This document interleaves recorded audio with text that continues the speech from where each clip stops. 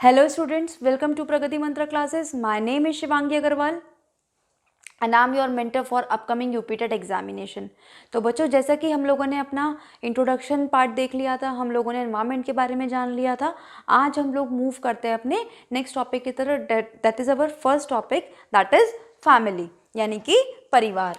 तो अब हम जानेंगे फैमिली के बारे में कि फैमिली होती क्या है, हमारे लिए क्यों ज़रूरी है, बच्चे के लिए फैमिली का क्या रोल होता है, ये सब कि भाई परिवार अगर है तो क्यों है, या परिवार किसी बच्चे के लिए अगर ज़रूरी है तो क्यों है, या वो क्या क्या रोल अदा करता है, सोसाइटी के लिए कैसे इंपॉर्टेंट है एक परिवार, इन सब चीज़ों के बारे में हम डिस्कशन करेंगे। तो बच्चों, अब हम बात करते हैं फैमिली की। जैसे कि आप लोग भी एक फैमिली में रहते होंगे, तो आप लोगों ने देखा होगा, ये तो आप लोग खुद ही समझ सकते हो कि फैमिली का क्या रोल होता है आपके आसपास। तो फैमिली का रोल होता है कि वो आपको एक सिक्योरिटी देती है। सिक्योरिटी कैसी? साइकोलॉजिकल सिक्योरिटी आपको देगी, फिजियोलॉजिकल सिक्योरिटी आपको देगी, इकोनॉमिक सिक्योरिटी आपको देती है। तो वेरियस प्रकार की सिक्योरिटी, जब आपको इमोशनल स्ट्रेंथ की ज़रूरत पड़ती है, आपको ताकत की ज़रूरत पड़ती है, वो सब आपको कहाँ से मिलता है? अपनी अपनी फैमिली से मिलता है। और बच्चों, सबसे इम्पॉर्टेंट क्या कि ये सारी फैमिलीज़ ही मिलके क्या बनाती हैं? एक सोसाइटी का निर्माण करती हैं, यानी कि हमारे समाज का निर्माण करती हैं। तो अगर हमें समाज के बारे में कुछ जानना है तो हम समाज की परिकल्पना भी नहीं कर सकते, किसके बिना? फैमिली के बिना, यानी कि परिवार के बिना। तो ये तो होती है बात कि फैमिली हमारे लिए क्यों ज़रूरी है। अब हम बात करते हैं कि फैमिली शब्द आया कहाँ से, फैमिली कितनी तरह की हो सकती है, उसकी कैरेक्टरिस्टिक्स यानी कि उसकी विशेषताएं क्या क्या होंगी, इन सब चीज़ों के बारे में बात करेंगे। तो देखो बच्चों, फैमिली हमारा आया है लैटिन वर्ड फैम्यूलस से। फैम्यूलस जो कि एक लैटिन भाषा का शब्द है।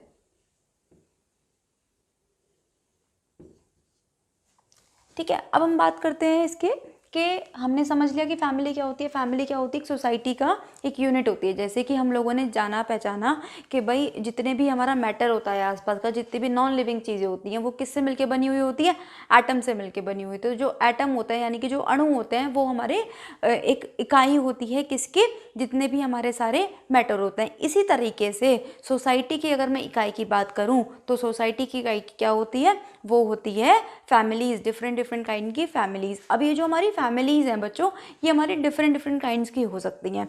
तो जैसे कि अगर हम बात करें तो मेनली हमारी 5 टाइप की फैमिलीज़ होती हैं।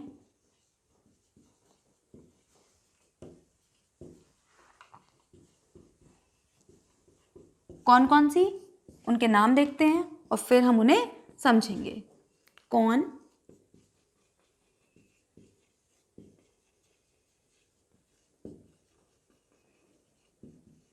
पहली फैमिली है हमारी कॉन्टेजियस फैमिली, जिसका मतलब होता है रक्त संबंध।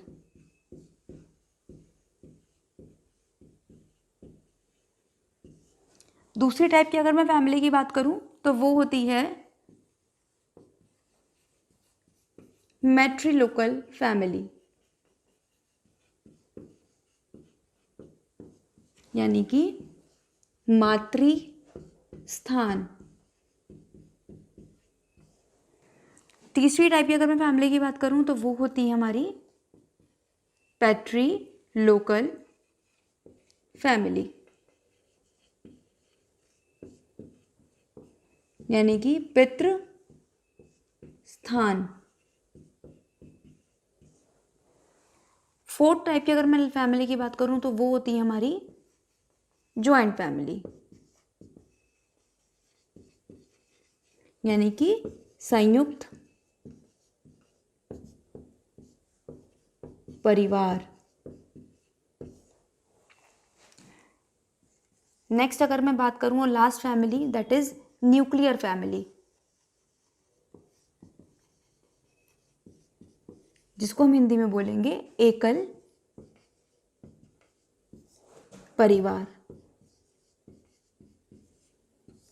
तो बच्चों, अब इनको एक एक करके समझते हैं कि रक्त संबंध, मातृ स्थान, पितृ स्थान, संयुक्त परिवार, ये सब क्या है, इन सब का क्या मतलब है। तो ये जो हमारी फर्स्ट टाइप की फैमिली है, रक्त संबंध परिवार, इनकी हम क्या बात करेंगे। तो रक्त संबंध कौन से होते हैं? जैसे कि आप लोगों ने पुराने टाइम में देखा होगा, अगर हम थोड़ा सा अपने इंडिपेंडेंस टाइम के पास जाएं तो उसमें क्या होता था कि बहुत सारे लोग एक ही घर में रहते थे। एक ही घर में किस तरीके से कि भाई मेरे ग्रैंड पेरेंट्स हैं, ग्रैंड पेरेंट्स हैं, उनके भाई, उनकी बहनें, सब एक ही घर में रह रहे हैं, उनके बच्चे, बच्चों के बच्चे, हमारे कज़न्स बहुत सारे, तो ये होते थे रक्त संबंध। यानी कि जो एक बहुत सारे ऐसे समूह, एक ऐसे लोगों का समूह जो एक ही परिवार, एक ही घर में रहते हैं, उनको हमने बोला रक्त संबंध परिवार। आज के टाइम में रक्त संबंध परिवार हमें देखने को जनरली नहीं मिलते हैं, क्योंकि सबकी अपनी अपनी लाइफ है, सब अपनी अपनी लाइफ में बिजी हैं। तो इन सब रीजंस की वजह से हमें कॉन्टिजेनस फैमिली आज के टाइम में देखने को नहीं मिलेंगी आसानी से। फिर हम बात करते हैं मैट्रिलोकल फैमिली की। मैट्रिलोकल फैमिली में क्या होता है कि जब क्या कहते हैं, जो मान लो एक कपल है, ठीक है, तो कपल में से जब हम लोग क्या करते हैं कि जो लेडी है ना, तो लेडी की अगर फैमिली के पास जाके हम लोग रहना शुरू कर देते हैं, उसको हमने क्या बोला, मातृस्थान फैमिली, यानी कि मातृस्थान परिवार। इसमें क्या होगा हमारा कि जो कपल होगा, जो फैमिली होगी, वो किसके आसपास रहना शुरू कर देगी, अपने नानी की साइड, यानी कि जो मैटरनल फैमिली होगी उसके पास रहना शुरू कर देंगे। सेम अगर मैं बात करूँ पैट्रिलोकल फैमिली की, तो इसके जस्ट अपोजिट कि वो अपने घर वालों के साथ ना रह के उनके कहीं आसपास रहना शुरू कर देंगे, तो वो होगी हमारी पैट्रिलोकल फैमिली। इसके बाद बच्चों, जो हमारी सबसे ज़्यादा हम सोसाइटी में, अपने समाज में देखते हैं, वो हमारी कौन सी तरह की फैमिली होती हैं, जॉइंट फैमिलीज़ और न्यूक्लियर फैमिलीज़। तो जॉइंट फैमिली किस तरीके की होती है, जॉइंट फैमिली आप लोगों ने देखी होंगी, जिसमें आपके अंकल आंटी, आपके ग्रैंडफादर, आपके यानी कि दादा दादी, और आपके बाकी सारे कजन्स जिसमें सब साथ में रहते हैं, वो होती हैं हमारी जॉइंट फैमिलीज़। लेकिन जो आजकल के टाइम में सबसे ज़्यादा प्रचलन में हम देखते हैं, वो कौन सी होती है हमारी, वो होती है हमारी न्यूक्लियर फैमिलीज़, यानी कि वो होते हैं हमारे एकल परिवार, जिसमें केवल और केवल कौन रहते हैं, जिसमें केवल और केवल पेरेंट्स रहेंगे और उनके बच्चे, बस। ये होती है हमारी न्यूक्लियर फैमिलीज़। ठीक, तो आई होप आपको ये टाइप्स ऑफ फैमिली समझ में आई होंगी। अब हम बात करते हैं कि हमने फैमिली तो समझ ली कि भाई फैमिली होती क्या है, फैमिली के प्रकार कौन कौन से होते हैं, लेकिन अब हम बात करते हैं कि फैमिली की विशेषताएं क्या क्या होती हैं। यानी कि एक फैमिली को अगर हमें पहचानना हो, उसकी विशेषताएं जाननी हो, तो हम उसके बारे में क्या क्या बात करेंगे। तो नेक्स्ट हेडिंग हम डालेंगे कैरेक्टरिस्टिक्स ऑफ फैमिली, यानी कि परिवार की विशेषताएं। तो अब चलते हैं नेक्स्ट की तरफ, कैरेक्टरिस्टिक्स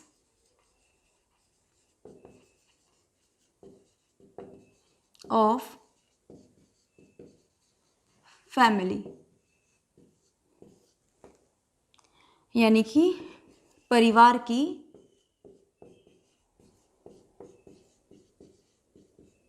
विशेषताएं।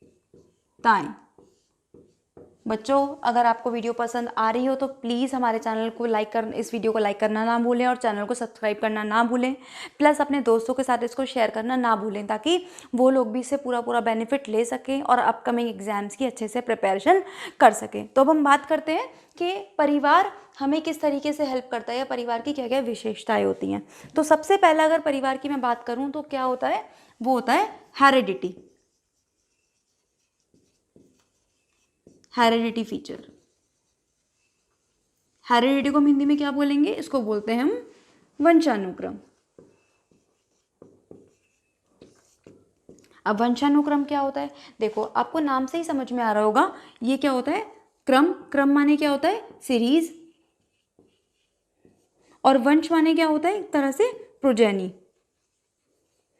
यानी कि हमारी जो पीढ़ियाँ होती हैं, यानी कि जो एक के बाद एक पीढ़ियाँ आती हैं। जैसे कि आपके दादा दादी से कौन आए, आपके मम्मी पापा, आपके मम्मी पापा से कौन आए, अब आप लोग आए, अब आप लोगों से आपकी आने वाली जनरेशन आएगी, तो इसी को हम बोलते हैं वंश। ठीक है, और वंश जब एक क्रम में चलता रहता है, यानी कि कैसे कि आपके ग्रेट ग्रैंड पेरेंट्स से कौन आए थे, ग्रैंड पेरेंट्स आए, ग्रैंड पेरेंट्स से कौन आए, आपके मदर फादर आए, आपके मदर फादर से कौन आए, आप लोग आए। तो ये क्या था, सब कुछ एक सीरीज में चला। कभी ऐसा तो नहीं हुआ होगा ना कि ग्रेट ग्रैंड फादर से सीधा आप लोग आ गए, नहीं, ऐसा तो कभी नहीं होगा।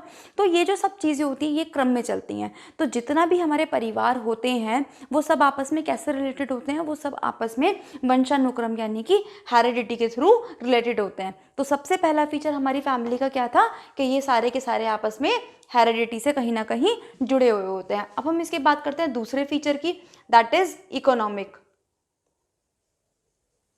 Economic support. मतलब आर्थिक, ठीक है, अब इसमें हम क्या करते हैं, आर्थिक में हम देखते हैं कि भाई जो एक परिवार होता है वो किस तरीके से हमें इकोनॉमिकली सपोर्ट करता है। जैसे कि आप लोगों ने देखा होगा जब आप छोटे थे तो अभी भी आप लोग एक तरह से किस पे डिपेंडेंट होते हैं, अपनी फैमिली पे डिपेंडेंट होते हैं। किन किन चीज़ों के लिए डिपेंडेंट हो सकते हैं आप? शेल्टर के लिए डिपेंडेंट हैं, आप फूड के लिए डिपेंडेंट हैं, आप क्लोथ्स के लिए डिपेंडेंट हैं, आप अपनी स्टडीज़ के लिए डिपेंडेंट हैं। अब देखो एक बात सोच के देखो कि अगर आपको कपड़े चाहिए या आपको खाना चाहिए या आपको स्टडी करनी है या आपको कहीं आना जाना है, कुछ भी एंटरटेनमेंट चाहिए, तो आप लोगों को उसके लिए कुछ ना कुछ पैसे ज़रूर चाहिए होते हैं। अब वो पैसे आपको कौन देता है? वो पैसे आपको मिलते हैं आपकी फैमिली से। तो सबसे इंपॉर्टेंट जो सेकंड इसका फीचर है वो क्या है कि एक जो फैमिली होती है वो किसी बच्चे को क्या प्रोवाइड करती है? एक इकोनॉमिक सपोर्ट प्रोवाइड करती है, यानी कि आर्थिक सपोर्ट प्रोवाइड करती है। तो बच्चों अब हम बात करते हैं अपने थर्ड फीचर की, यानी कि एसेंशियलिटी ऑफ मैरिज।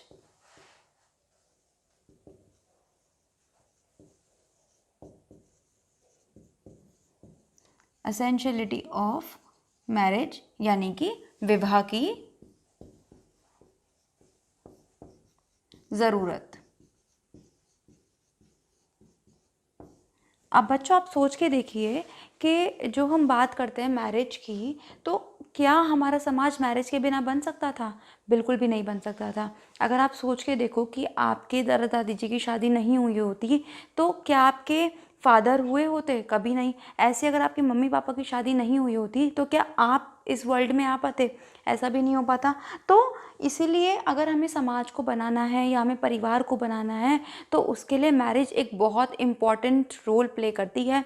तो मैरिज की ये इसका थर्ड फीचर है कि फैमिली किस तरीके से बनती है? फैमिली बनती है हमारी कभी भी एक मैरिज होने से। अब हम बात करते हैं अपने फोर्थ और लास्ट फीचर की, that is social security. Means सामाजिक सुरक्षा।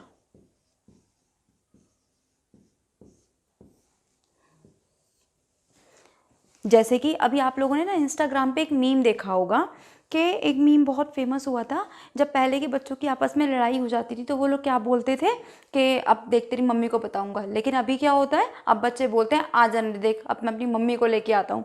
तो अब उसकी मम्मी आके क्या करेगी? उसको उसके समाज से सिक्योरिटी देगी, है ना, उसको सिक्योरिटी प्रोवाइड करवाएगी, सुरक्षा प्रोवाइड कराएगी। तो सेम यही चीज़ होती है कि जब आप कभी लड़ झगड़ के कहीं से कुछ बात हो जाती है तो सबसे पहले आपने देखा होगा आपके पेरेंट्स या आपके फैमिली वाले ही आपके सामने आके खड़े होते हैं, वही आपको प्रोटेक्ट करते हैं पूरे के पूरे समाज से। तो इसका लास्ट फीचर था यही कि ये जो फैमिली होती है हमें क्या प्रोवाइड करवाती है? एक हमें सुरक्षा प्रोवाइड करवाती है, एक बच्चे को सिक्योरिटी प्रोवाइड कराती है। तो ये थे बच्चों हमारे कुछ कैरेक्टरिस्टिक्स की बात। अब हम बात करते हैं, हम चलते हैं अपने कि फैमिली की हमारी लाइफ में इम्पॉर्टेंस क्या क्या है, फैमिली हमारे लिए क्यों इम्पॉर्टेंट है, एक बच्चे के लिए फैमिली का क्या रोल है, उन सब चीज़ों के बारे में। तो नेक्स्ट टॉपिक की बात करते हैं अब हम, इम्पॉर्टेंस ऑफ फैमिली।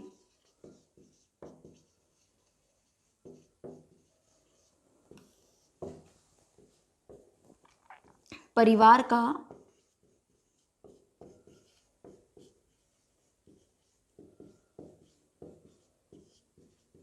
महत्व। ठीक है, तो बच्चों सबसे पहला जो आपको समझ में भी आता होगा कि ये क्या करती है फैमिली हमेशा जितनी भी हमारी नीड्स होती हैं, जैसा कि मैंने आपको वीडियो के स्टार्टिंग में भी बताया था, चाहे वो हमारी फिजियोलॉजिकल नीड्स हों, इमोशनल नीड्स हों, और क्या कहते हैं मतलब इकोनॉमिकल नीड्स हों, किसी भी तरह की जितनी भी नीड्स होती हैं, सबसे पहले बच्चे की जो नीड्स को फुलफिल करता है वो कौन होता है? वो होती है हमारी फैमिली। तो सबसे पहला काम क्या होता है? हमारी बेसिक नीड्स को फुलफिल करना। तो it fulfils our basic needs। हमारी ज़रूरतों को पूरा करती है। ठीक है, तो ये तो आपने बिल्कुल अपनी डेली लाइफ में देखा भी होगा। देखो ये बच्चों, ये चैप्टर ना ऐसा है कि जितना आप इसको खुद से समझोगे, जितना आप इसको अपनी डेली लाइफ से कनेक्ट करोगे, उतना ही ये चैप्टर आपको ज़्यादा अच्छे से समझ में आएगा। अभी हम वीडियो के लास्ट में या नेक्स्ट वीडियो में जैसा भी होगा तो हम इसके क्वेश्चंस भी डिस्कस करेंगे कि यहाँ से क्वेश्चंस भी किस तरीके से आते हैं। वैसे तो इस टॉपिक से काफ़ी कम क्वेश्चंस पूछे जाते हैं, बट फिर भी टॉपिक तो हमें सिलेबस के अकॉर्डिंग सभी कुछ कवर करना है, तो इसलिए हम इस टॉपिक को भी लेके चलेंगे। जनरली इस टॉपिक से हमारे सीटेट वगैरह में क्वेश्चंस ज़्यादा पूछे जाते हैं। तो अब हम बात करते हैं कि फैमिली का और क्या इंपॉर्टेंस है और क्या काम करता है हमारे लिए। तो फैमिली क्या करता है हमारे लिए, हमारे पर्सनैलिटी का निर्माण करता है, हमारे कैरेक्टर का निर्माण करता है। जैसे कि कहते हैं ना कि अगर कोई बच्चा बदतमीज़ी कर रहा है या कोई बच्चा कोई अच्छा काम कर रहा है, तो उससे ये पता चलता है कि भाई इसके परिवार वाले कैसे होंगे, इस बच्चे की पर्सनालिटी कैसी होगी। तो सेकंड हमारा फीचर क्या होता है, सेकंड हमारा काम क्या होता है फैमिली का, वो होता है it builds character and personality of a child. यह बच्चे के व्यक्तित्व और चरित्र का निर्माण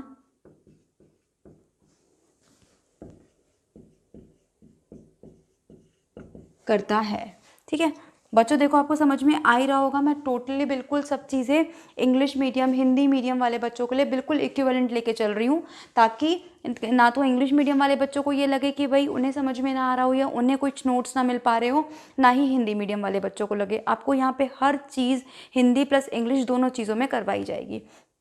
ठीक है, और क्या होता है फैमिली का रोल, फैमिली का रोल क्या होता है कि ट्रांसफ़र करना। अब किस किस चीज़ को ट्रांसफ़र करना, हमारे धर्म से रिलेटेड चीज़ों को, हमारे कल्चर को, हमारी जितनी भी रीति रिवाज होते हैं उन सबको ट्रांसमिट करने का काम भी, उन सबको एक जनरेशन से दूसरी जनरेशन में ट्रांसफ़र करने का काम कौन करता है, वो करती है हमारी फैमिली। तो थर्ड पॉइंट बनता है इसमें हमारा बच्चों कि it transverse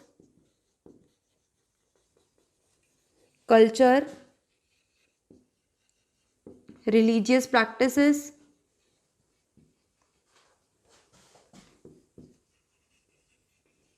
beliefs and rules of society from one generation to another. यह एक पीढ़ी से दूसरी पीढ़ी में रीति रिवाज,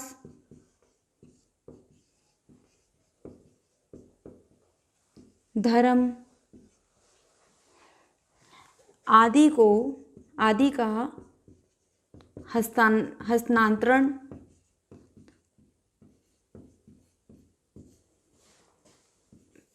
करती है ना। अब देखो जैसे कि आप लोगों के घर में जितने भी फंक्शंस होते होंगे, फैमिली फंक्शंस होते होंगे, उसमें आप लोगों ने देखा होगा कि डिफरेंट तरह की प्रैक्टिसेस होती हैं। जैसे आप लोगों ने देखा होगा बंगाली फैमिली में आप जाओगे तो आपको क्या देखने को मिलेगा कि वो जो सास होती है वो अपने दामाद की नाक खींचती है। वहीं अगर आप मुस्लिम फैमिली में जाओगे तो मुस्लिम की रस्में अलग तरीके से होती हैं, हिंदू में रस्में अलग तरीके से होती हैं।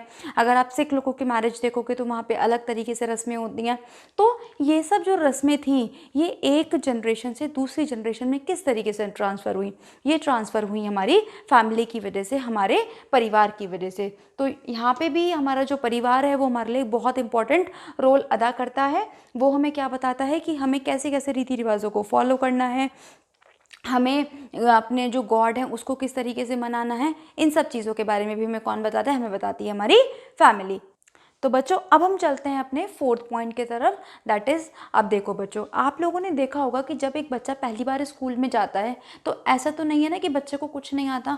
बच्चे को अपने मम्मी पापा का बोलना भी आता है, उसके पास अपनी एक भाषा होती है, उसके पास अपनी एक समझ होती है, उसको अपनी आदतों के बारे में पता होता है, मतलब छोटी छोटी आदतें उसे आ जाती हैं कि भाई सुबह उठ के नहाना है, सुबह उठ के दांत ब्रश करने हैं, रात को दूध पीना है या स्टोरी सुननी है।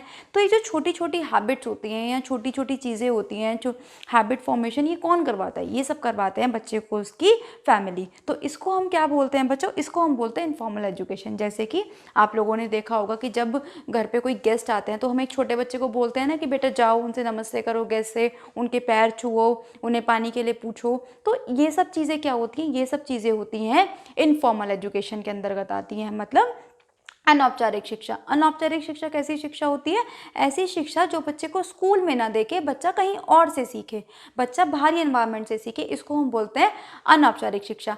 अब बच्चे का जो पहला समाज होता है, बच्चा जब अपने मम्मी पापा के अलावा जब कहीं पे घुलना मिलना शुरू करता है तो वो पहली जगह होती है उसका परिवार। तो हमारा नेक्स्ट पॉइंट यहीं से बनता है, दैट इज इनफॉर्मल एजुकेशन।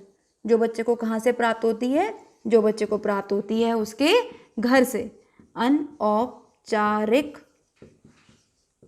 शिक्षा। ठीक, लास्ट पॉइंट लेके चलते हैं हम इसमें, दैट इज जो हमारा फैमिली है वो क्या है? एक तरह से मिनिएचर ऑफ सोसाइटी, यानी कि समाज का लघु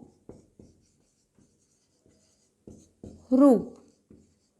अब देखो बच्चों, समाज के क्या होता है? समाज के अपने कुछ कायदे कानून होते हैं। समाज हमें ये बताता है कि हमें कौन सी प्रैक्टिसेस करनी है, कौन सी प्रैक्टिसेस नहीं करनी है। जैसे कि आप लोगों ने देखा होगा कि अगर हम कोई काम, गलत काम करते हैं तो हमारा समाज उस चीज़ को एक्सेप्ट नहीं करता, वहीं अगर हम कुछ अच्छा काम करते हैं तो हमारा समाज उसको एक्सेप्ट करता है। तो ये सब चीज़ें हमें कौन बताता है? ये सब चीज़ें हमें बताते हैं हमारा समाज। ऐसे ही, लेकिन ऐसा तो नहीं हो कि एक छोटा सा बच्चा है, अब उसको क्या है कि हमने डायरेक्ट, वो पैदा हुआ हमने उसको समाज में छोड़ दिया, नहीं। तो उस समाज के बारे में हमें कौन बताता है? सबसे पहले उस समाज के बारे में बताती है हमें हमारी फैमिली। जब हम कोई, जैसे कि अपने घर में जब हम कोई अच्छा काम करते हैं तो हमें क्या मिलता है? रिवॉर्ड मिलेगा। लेकिन अगर अपने घर में हम कोई गलत काम करेंगे तो हमें क्या मिलती है? पनिशमेंट मिलती है, हमारी पिटाई भी होती है। तो यही हमने बोला अपने लास्ट पॉइंट में कि जो हमारी फैमिली होती है वो क्या होती है? हमारे समाज का एक लघु रूप होती है, जो कि हमें ये सिखाती है कि अपने समाज में हमें किस तरीके से रहना है, किस तरह से वहाँ के लोगों के साथ व्यवहार करना है। और इस मिनिएचर ऑफ सोसाइटी में जो हमारी सबसे पहला टीचर माना गया, वो किसको माना गया? हमारी मदर को माना गया। तो जो मदर होती है वही बच्चे की पहली प्रथम अध्यापक होती है, प्रथम शिक्षक होती है, जो कि बच्चे को सब कुछ अपनी छोटी छोटी आदतों के बारे से लेकर, स्कूल जाने की प्रैक्टिस से लेकर सब कुछ बताती है। तो अगर आपके पास क्वेश्चन आ जाए कि बच्चे का फर्स्ट टीचर कौन होता है, तो ध्यान रखिएगा, बच्चे का फर्स्ट टीचर होती है उसकी फैमिली। अगर फैमिली और मदर में से भी ऑप्शन आ जाए तो सबसे पहले आपको मदर पे टिक करना है, देन सेकंड फैमिली पे आएगा। लेकिन अगर ऐसा कोई ऑप्शन है कि बोथ ए एंड बी, तब आपको बोथ ए एंड बी लगा के आना है। देखो बच्चों, आपको ना पता सब कुछ होगा एग्जाम टाइम पे, बस एग्जामिनर का काम होगा कि वो आपको कंफ्यूज कर सके। तो वहाँ पे आपको धीरे धीरे ऑप्शंस को एलिमिनेट करके अपने ठीक आंसर तक, एकदम करेक्ट आंसर तक पहुँचना होता है। ठीक है, आई होप आपको समझ में आ रहा होगा। समझ में आ रहा हो तो प्लीज़ सेशन को शेयर करना ना भूलें। अब हम चलते हैं कुछ लॉज की तरफ, यानी कि अपने कानूनों की तरफ चलते हैं कि भाई समाज से रिलेटेड, फैमिली से रिलेटेड हमारे जो कॉन्स्टिट्यूशन है उसने किस तरीके के लॉज बनाए, उसने क्या क्या ज़रूरतें समझी। तो जैसा कि हमारा एक आर्टिकल है, article number 51A। Article 51A क्या कहता है? आर्टिकल 51A, याद रखिएगा इस 51A को, ये क्वेश्चन में पूछ लिया जाता है कि कौन से आर्टिकल के बारे में ये बोला गया है कि ये एक पेरेंट्स की ड्यूटी होती है कि बच्चे को वो एजुकेट करे।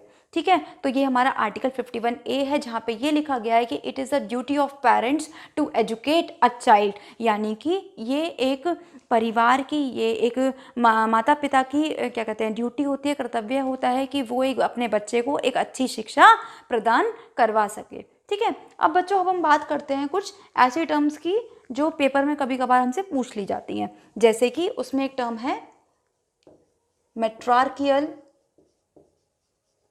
मैट्रियार्कियल सोसाइटी। इसका क्या मतलब था? मात्रात्मक मातृयात्मक समाज। देखो बच्चों, आज हम जिस समाज में रह रहे हैं वो पितृसत्तात्मक है। पितृसत्तात्मक का क्या मतलब होता है कि आपने देखा होगा कि आपकी फैमिली में जो हेड होते हैं वो कौन होते हैं, आपके फादर होते हैं। जितने भी डिसीजंस लेते हैं वो कौन लेते हैं, आपके फादर लेते होंगे, या फिर घर का जो बड़ा मेल मेंबर होगा वो जनरली आपके बारे में सारे डिसीजंस लिया करता होगा। लेकिन ऐसा माना जाता था कि पहले के टाइम में ऐसा नहीं था। पहले के टाइम में जो हमारी सोसाइटी थी वो कैसी थी, मात्रात्मक सोसाइटी थी, यानी कि वहाँ पे जो हमारे घर का लीडर होता था वो कौन होती थी, घर की लेडी होती थी। तो अगर आपसे पूछ लिया जाए कि भाई मैट्रियार्कल सोसाइटी का क्या मतलब होता है, तो मैट्रियार्कल सोसाइटी का मतलब होता है कि जहाँ पे सारी की सारी सत्ता, सारी की सारी पावर किसके हाथ में हो, एक फीमेल के हाथ में हो, उसको हमने बोला मात्रात्मक समाज। तो बच्चों अब हम बात करते हैं अपने सेकेंड इंपॉर्टेंट फैक्ट की। तो वो हमारा रिलेटेड था चाइल्ड मैरिज से। चाइल्ड मैरिज से यानी कि बाल विवाह से। तो बाल विवाह को रोकने के लिए एक एक्ट पास किया गया जिसका नाम था शारदा एक्ट, यानी कि शारदा अधिनियम। इस अधिनियम के अंतर्गत जो हमारे समाज में, जो हमारे देश में बाल विवाह होता था, यानी कि 14 साल से या 18 साल से छोटे बच्चों का जब विवाह करवा दिया जाता था, उस पर प्रतिबंध लगा दिया गया। नेक्स्ट हमारा एक और चीज़ बैंड हुई, वो थी जेंडर डिटर्मिनेशन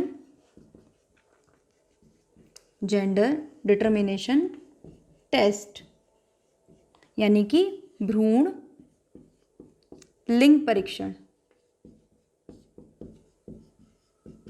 इस पे भी बैन लगा दिया गया। कब, यानी कि प्रतिबंध लगा दिया गया। कब लगा दिया गया बच्चों? 1994 में। तो ये आपके कुछ इंपॉर्टेंट फैक्ट्स थे इस चैप्टर से रिलेटेड। आई होप आपको ये लेक्चर पूरा का पूरा पसंद आया होगा। अगर आपको ये पसंद आया तो प्लीज़ इस वीडियो को लाइक करना ना भूलें, हमारे चैनल को सब्सक्राइब करना ना भूलें और बेल आइकन को प्रेस करना ना भूलें, ताकि आपको नई वीडियो के अपडेट्स टाइम टू टाइम मिलते रहें। और बच्चों एक और चीज़ कि आप अगर इससे रिलेटेड, हमारे वीडियो से रिलेटेड मॉक टेस्ट करना चाहते हैं तो हमारे डिस्क्रिप्शन बॉक्स में हमारे टेलीग्राम चैनल का लिंक दिया गया है, आप उस टेलीग्राम चैनल को ज्वाइन कर सकते हैं।